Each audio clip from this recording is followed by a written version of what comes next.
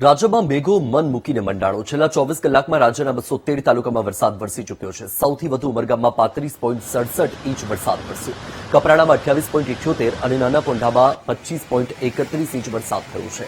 ધરમપુરમાં 19.65, પારડીમાં 17.64 inch વરસાદ છે, વાંસદામાં 17.13 અને વાપીમાં 16.26 ઇંચ વરસાદ છે। વલસાડમાં 15.87 ઇંચ, ડોલવણમાં 14.88 ઇંચ અને વઘઈમાં 14.53 ઇંચ વરસાદ થયો છે। આ સાથે જ ખેરગામમાં 14.9 ઇંચ, આ સાથે વાલોડમાં 10.8, ઉમરપાડામાં 9.84 ઇંચ વરસાદ છે। વ્યારામાં 9.49, અંબિકામાં 8.74, પલસાડમાં 8.23, ચીખલીમાં 7.91, ગણદેવીમાં 7.72, સોનગઢમાં 7.48, જલાલપોરમાં 7.24 અને મહુવામાં 7.9 ઇંચ વરસાદ વરસ્યો છે। તો નવસારીમાં 6.93 ઇંચ, બારડોલીમાં 6.83 ઇંચ, ડાંગમાં 6.22, સુરત શહેરમાં 5 ઇંચ જેટલો વરસાદ છે, કામરેજમાં 4.84 અને ઉકાઈમાં 4.25 ઇંચ વરસાદ વરસ્યો છે।